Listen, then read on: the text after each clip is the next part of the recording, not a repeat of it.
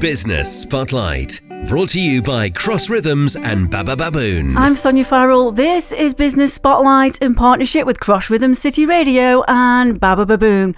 Joining me in the studio this week for our last episode of 2025, we've got Tom Nadin, who's the interim Deputy Chief Executive, also Head of Projects and Business Services at Staffordshire Chambers of Commerce. Tom, hello. Hi Sonia, thanks for having me back. Thank you for coming in. I know it must be a very busy time for you. It is, yeah. Christmas is always kind of a manic time for us at the Chamber, with people trying to get meetings in before kind of the break, so yeah. Getting everything in before Santa arrives. Exactly, yeah.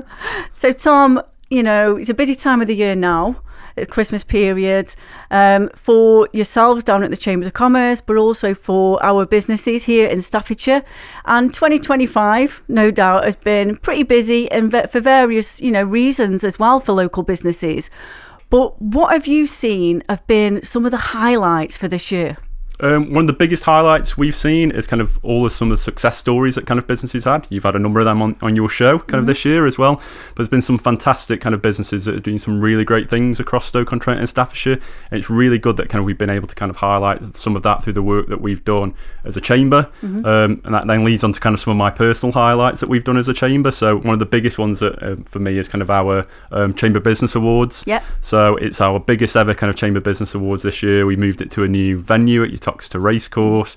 We had over 450 people in the room. Wow. We were celebrating businesses from startup businesses all the way up to kind of businesses the size of JCB. So it was a really good kind of recognition for us of kind of all of the hard work that the business community is doing across Stoke-on-Trent and Staffordshire. And just touching on the Business Awards then, you said, it's one of the biggest ones for 25, and you've moved to a bigger venue at your Toxteth Racecourse. Do you think then businesses are becoming more receptive to actually entering business awards and want to be, more of a part of them? Definitely. So we've seen our applications increase kind of year on year. The more promotion that we've done, the more support that they get kind of from companies as well to kind of help to write those applications. And it's always just kind of going out there and just giving them a nudge to say, you've actually done this. You've done this really good, great project. You've built all this kind of brand new kind of customer in. You've done this really great piece of work. You need to celebrate that. And actually entering our awards or other awards is actually a really good way that you can kind of celebrate some of that success as a business. And I've heard that when you're saying you give businesses a nudge to enter and say, yes, you deserve to enter. Yeah. You have done some great things. And I've heard more and more, I'd say this year, of people saying that we need to be championing each other more because we still don't do enough. Do you still see that as well? Do you still see people, I know you said you've had more entries and everything this year, but do you still see where people might hold back because they feel like they're blowing their own trumpet, so to speak? Yeah, it seems to be a very Stoke or Staffordshire thing where we do that, where we kind of hold back a little bit and we don't want to celebrate kind of our successes. But, there's a lot of negativity that goes on in the world, especially now, and kind of we need to celebrate and kind of showcase some of those kind of positive things that we do as kind of people, as businesses, as individuals, and kind of things like an awards can kind of really help that. It can also help from a business's point of view to kind of boost that staff morale. So actually, if you kind of your staff can see that you're winning these awards for the work that they're doing and kind of the work that they're producing, it's really good from kind of that kind of staff morale and kind of staff wellbeing point of view as well. So kind of we'd encourage as many businesses as possible to try to apply for as many awards as they can. Yeah, it's kind of blowing your own trumpet in a sense, but also you're kind of celebrating kind of the success of you and your business. Yeah, definitely 100%. And I'm all for that. That's exactly what this show's about, Exactly. Tom.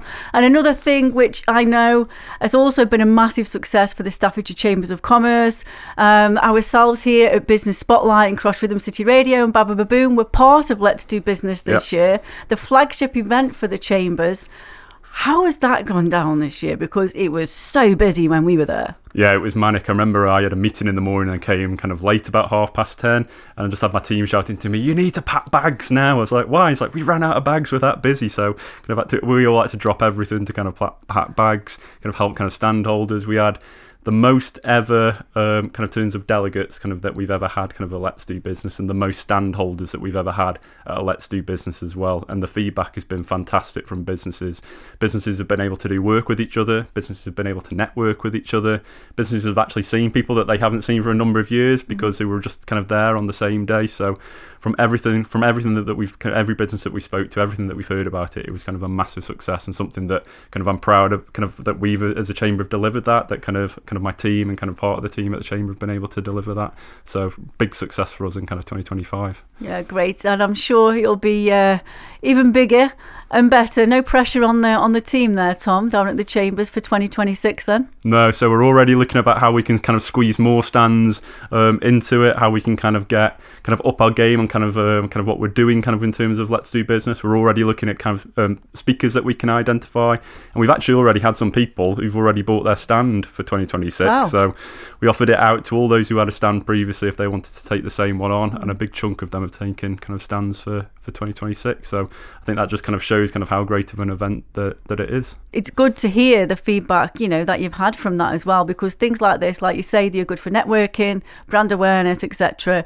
And again, just championing each other again. Yeah, exactly. And kind of one of the stories that we heard is that, they were that busy on some of the stands that they didn't even get a chance to talk to some of the other stands in the room, which again is where kind of a lot of business opportunities can come from. Kind of be able to kind of chat to kind of your neighbour, but some of them were just that busy with people kind of visiting, kind of asking for business cards, asking for kind of what they do, kind of what work that they can do, how they can support them. It was kind of I think we all deserved kind of the drinks that we had kind of after the event, just to kind of wind down and celebrate that success. Definitely. And now another thing to mention, Tom, and I know you've been involved in this as well throughout the year, and the Chambers of Commerce have also supported this, but the city of Stoke-on-Trent celebrated 100 years in 2025.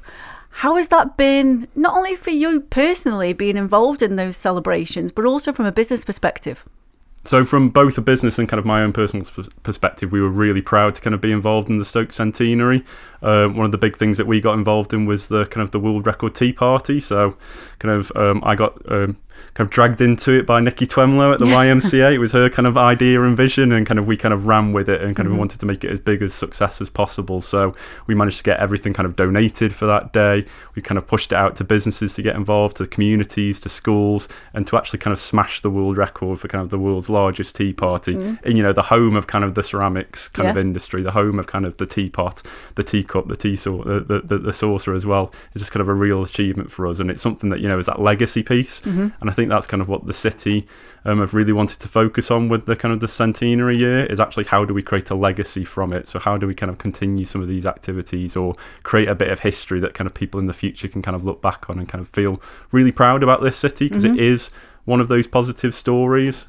Stoke and the city can get knocked down kind of in the press sometimes, but I think what we've achieved through that kind of Stoke 100, the centenary year, has been fantastic. From the hootenanny that we did kind of early on. Hootenanna, that was it. All the way up kind of to the tea party, to kind of the mural kind of that was released, and kind of everything in between that kind of celebrated the city and the people in it. It was just kind of crucial and really important to us as an organisation that we got involved. Yeah, and I can tell just by, sitting here with you now, Tom, I can tell you're very passionate, and you can tell from your face that you're proud, and why not? We should be, and we should be doing more, and like you say, to build on that legacy as well. And I don't want to bring things down a notch here, but we've talked a lot there about some fantastic and amazing things that have taken place in 2025, and you did touch on the ceramics industry there.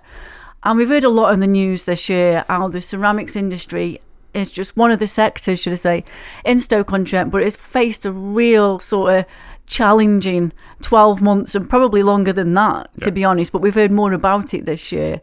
How have on your perspective and the relationships that you've got, within the ceramics industry, how has it really been? It's been a really tough year for the ceramics industry. We've seen a number of the organisations that kind of been around for kind of years kind of really struggle, and some of those went into administration. Some of them have been saved as well and kind of have come back, and we're kind of trying to get back kind of stronger. But we still hear stories like Wedgwood kind of at the minute to kind of close down with kind of production, and it's all really kind of around kind of the rising costs that they're seeing as a sector, and also the competition that they're seeing kind of from abroad. So they've been hit massively by things like, their rising costs, their energy costs, but also then kind of cheap imports being able to come into the UK through kind of countries like China and India. It's having a massive impact kind of on the sector, to kind of remain competitive against those, and kind of more support needs to be done, more support needs to be offered to that sector. we're doing a lot of work with Ceramics UK, who are kind of leading kind of the argument in the fight for the sector, to make sure that, the government is listening and that actually the government can bring about kind of some real changes that will really help. The biggest one that we're pushing for is actually support on kind of the rise in energy costs. It's actually giving them more of a discount in terms of their energy costs. They were forgotten about when the government kind of introduced it earlier, but it's something that we're kind of passionate about. Kind of Ceramics UK kind of are really fighting for and kind of pushing our MPs to kind of bring about some of that kind of change, which make a massive difference to the sector.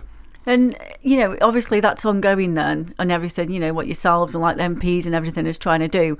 Is there anything that you can mention that might be coming up in the new year that we can look out for, which, any developments, or is it too early to say? It's too early to say, kind of at the minute. The City Council have kind of doing some piece of work around kind of a strategy or kind of around the ceramic sector and kind of where the support is needed and how we can help them best. A lot of that kind of understanding what the sector looks like now, where the strengths and some of the weaknesses are, and then there's going to be kind of a group that will then kind of work towards about how we can achieve and kind of overcome and kind of work as a kind of a collective and a collaboration to kind of really help that sector move forward. So kind of when we hear more, then obviously we'll make sure that kind of the wider business community hears more, because it is one of those key crucial sectors. Everybody knows somebody in Stoke who's worked within the ceramic sector, and it's kind of one of those that we need to kind of shout about. It is that legacy piece, kind of going back to that. It's something that we need to make sure that kind of we are proud about and that we keep here and that we can grow and kind of across the region.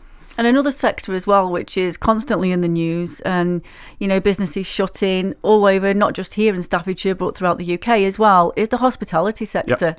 And again, they seem to provide everything's just had a knock-on effect with those as well. Again, from a Chambers perspective, is there any support there that is being done for that sector? So we've seen that. So through the hospitality businesses that we've got within membership and we speak to kind of wider, they've been massively impacted by things like, the rising kind of national insurance costs, the rising national minimum wage. That's put a huge amount of kind of pressure on that sector. So we're setting up in January a hospitality forum where we're going to get those businesses around the table to talk about what their challenges are, provide them with that voice, so give them a kind of a local voice, so we can shout about kind of these are some of the success stories, these are some of the pressure points, get some of the MPs kind of involved in that, work with organisations like the business improvement districts as well, where they're doing some really great work with the kind of the hospitality, retail and leisure sector. So we can amplify kind of their voice. We can make sure that kind of the views of kind of businesses within the hospitality sector are being heard, and we can kind of lobby on their behalf. So that's the idea. That will launch in January 2026. One of the reasons kind of that we kind of want to strengthen it and kind of we want to kind of shout about it is because we're always kind of hosting events ourselves as a chamber. We host over 350 events a year. We need venues where we can host those kind of across kind of the city and the county. We don't want to always host them kind of at our own place, mainly because we're getting busy ourselves with kind of room hires and things. So we want to actually get out, support our local hospitality sector, and kind of that's kind of one of the reasons why we set up the forum, so we can actually kind of champion and kind of our local businesses that operate within that field. And you mentioned the forum there. That's a new one that's starting in January for the hospitality sector. And I'm aware, being a chamber member, that there is various forums that the chambers do, including a digital forum as well. I mean, how is that going at the moment? And again, has that become more and more popular with, the hot topic, which is AI? It has, yeah. So our digital forum, we have some really good kind of digital businesses that kind of attend that forum on a regular basis. One of their kind of key commitments at the start of the year is that they wanted to host an AI conference, and they actually ended up hosting two. So we did a big business breakfast earlier on in the year, which was all focused around AI, where we had some experts kind of talking about kind of their kind of experiences of kind of AI, how businesses can make the most of it. And then we hosted then a hands-on session down at South Staffordshire College in Rodbaston, where businesses could go along and actually have a go at kind of AI tech, kind of understand kind of how they can use it within their businesses. And we're still getting asked by businesses now about AI. It's one of those kind of really key kind of pieces of technology sectors that is going to be coming through and actually kind of revolutionise kind of a lot of businesses. It provides a lot of threats to businesses, but there are a lot of opportunities with it as well. And we just want to make sure that our members and businesses can make the most of kind of those opportunities and overcome some of the threats that it can create. Is there anything else which has been quite prominent, which has had a negative impact? The other thing that's had a big impact, especially on the manufacturing sector, has been kind of the tariffs that have been introduced by the United States. So that's caused a kind of a massive increase in cost for a lot of businesses that are exporting.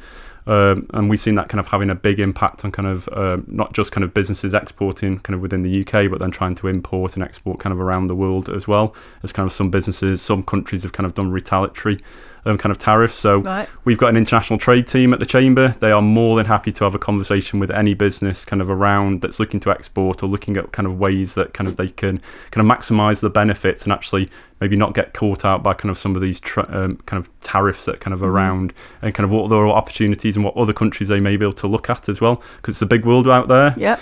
I mean, America is a big kind of partner, but there are other countries in which kind of businesses can look at kind of trading to, and we as a Chamber are more than happy to kind of have those discussions and see how we can support businesses with it. Just one more question before we look ahead to 2026.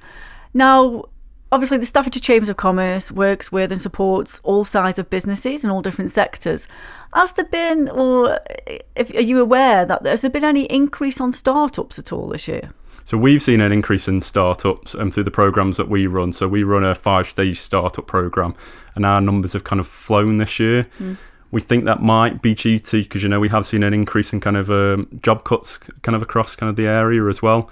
So we think kind of people are potentially leaving their roles and actually then going on to set their own business, which is fantastic, because they've probably learnt the skills within that business, and now they can actually kind of take it on and kind of run their own. So we've seen a big increase in kind of startups.